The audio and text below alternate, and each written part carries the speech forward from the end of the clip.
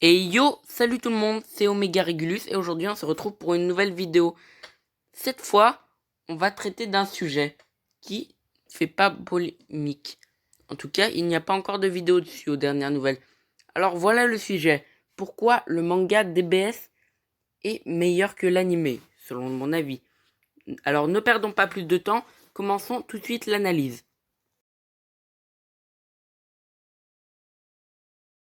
Bon, alors commençons par citer les raisons pour lesquelles le manga sera meilleur que l'anime.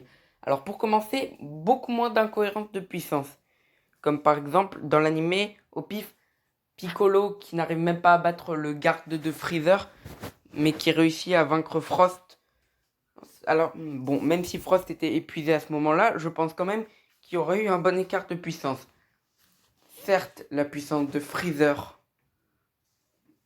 était supérieure à celle de Frost, mais quand même, je vous rappelle qu'on nous disait que la puissance du garde de Freezer était égale à celle de Zarbon, on va dire, qui avait moins de 30 000 unités. Or, Piccolo, lui, en avait plusieurs centaines de millions, à mon avis. À moins qu'il ait régressé, mais dans ce cas, je ne vois pas comment il aurait pu vaincre Frost. Donc là, ça fait déjà une incohérence, et on va pas s'amuser à toutes les lister, hein. Mais en tout cas, il y en a beaucoup. Tandis que dans DBS, on n'en a repéré qu'une seule, enfin dans la version manga. C'est la fameuse incohérence de Black. Je vous laisse aller sur la chaîne de Mister Z. Il a fait une vidéo nommée La surprenante incohérence dans la puissance de Black. Mais en gros, il n'y a qu'une seule incohérence dans le manga pour au moins une dizaine, voire plus dans l'anime. On pourra aussi noter que les transformations sont plus logiques. Au lieu d'un Kaioken x20, alors que la puissance de Goku augmentait clairement pas x20, hein, eh bien Goku a le SSJ Blue Full Power. Au lieu de débloquer une nouvelle transformation totalement sortie de nulle part, Vegeta débloque aussi cette transformation. Et pour moi, les combats sont plus équilibrés. Mais vraiment, en tout cas, ce que j'ai envie de dire, c'est que la version est plus logique. À noter aussi comme avantage, eh bien, Gohan n'est pas une merde. Pour rappel, dans l'anime, Gohan il est tout faible, hein. Il s'est fait humilier par Golden Freezer, même en forme ultimate. Il s'est fait one-shot par Goku SSJ Blue Kaioken. Bon, ça à la limite, je pense qu'on peut lui pardonner, étant donné que c'est le SSJ Blue Kaioken quand même. Mais bon, il lui arrivait plein de petits trucs comme ça.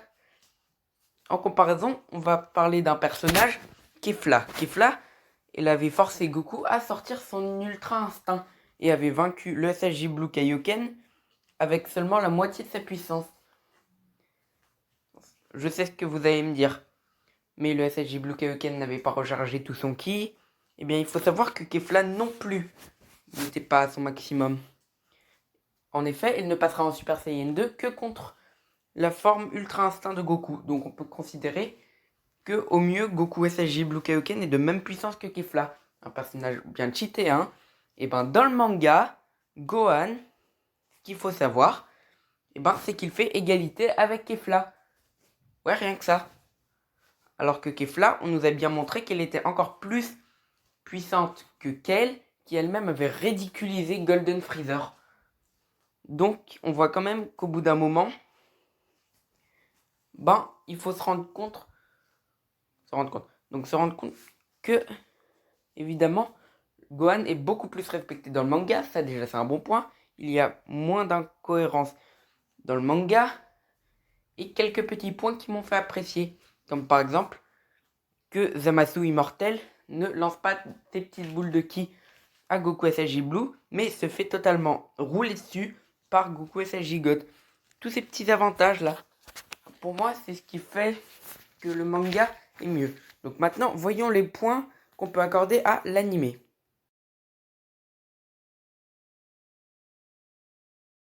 Bon, et bien maintenant parlons des avantages de l'anime sur le manga. Alors pour moi, l'anime n'a qu'un seul avantage sur le manga qui soit vraiment marquant, on va dire. Eh bien, c'est qu'on s'embrouille pas sur les couleurs, parce que l'anime est en couleur. En même temps, les noirs et blancs, ça se fait plus depuis longtemps. Bon, alors comme vous savez, un manga, la plupart du temps, c'est en noir et blanc. Et Dragon Ball Super n'y fait pas exception. Le problème, c'est qu'avec toutes les nouvelles couleurs qui ont été ajoutées, maintenant, étant donné que les coupes de cheveux sont parfois similaires pour les Saiyans, eh ben, on risque de ne plus s'y retrouver.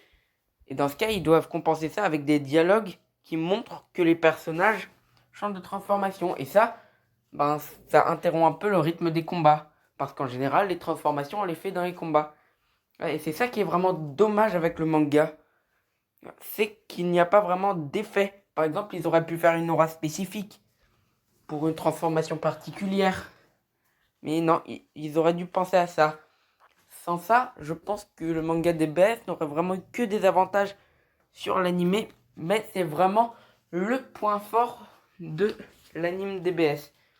Ça et aussi le fait qu'il y ait quand même une petite incohérence dans la puissance de Golden Freezer, étant donné que le manga reprend Fukatsu no F et que Golden Freezer se fait toujours éclater la gueule. Dans le manga en tout cas. Vraiment, ça je pense que c'est un petit point faible aussi. Que Golden Freezer soit faible. Je pense qu'ils ont interchangé avec Gohan. Dans l'anime, c'est Gohan qui se fait maltraiter. Parce que, je vous rappelle quand même, il s'est fait éliminer en faisant un full Nelson à dispo. Faut le faire. Et dans l'anime, c'est Golden Freezer. Enfin, non, plutôt dans le manga. Bon, et voilà, fallait bien que je confonde tout à un moment. C'était le moment. Gros lourd qui ne sait pas parler de la vidéo. Donc reprenons. Donc, dans le manga, ils ont vraiment nerfé presque tous les personnages à part Gohan qui sont rendus plus forts. Kefla, il est passé d'un SSJ Blue Kaioken, voire plus, à, on va dire, un bon SSJ Blue peut-être. Parce que Gohan le voit mal dépasser le niveau bon SSJ Blue. Freezer, il est passé au niveau en dessous d'un SSJ Blue. Enfin, en dessous de Gohan, en tout cas, un SSJ Blue de bas level, on va dire. Etc, etc. Et pour moi, tous ces nerfs, c'est pas si mal en vrai. Mais ils auraient quand même dû garder un peu la puissance de Freezer. Parce que c'est l'antagoniste un peu ultime de DBS. Et de DBZ tout court en fait.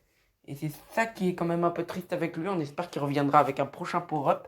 Mais ça, et le problème avec les couleurs des transformations dont je vous avais déjà parlé, ce sont les points forts de l'animé. Bon, et bien maintenant, passons à la conclusion.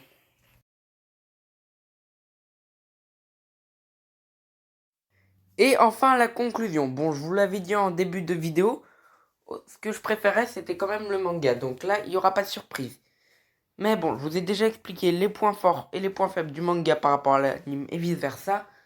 Donc on a quand même vu qu'il y avait, je dirais quand même un peu plus de points forts pour le manga. En fait, on a plus parlé des désavantages dans cette vidéo. Mais bon, donc vous avez vu que je pense quand même que le manga est légèrement meilleur que l'anime. Enfin non, il est quand même large meilleur que l'anime. Ce qui est dommage, c'est que l'anime soit sorti avant le manga et que c'est un peu lui qui a édité la trame. Du coup, ça fait que on a tendance à croire que l'animé est quand même plus fiable que le manga. Et ça, c'est dommage parce que pour moi, le manga reste meilleur. Bon, en tout cas, si vous avez aimé, n'hésitez pas à me dire ce que vous avez pensé de la vidéo dans les commentaires, à liker et partager, ça fera vraiment plaisir. Et à vous abonner. Écoutez, c'était Omega Regulus. Ciao.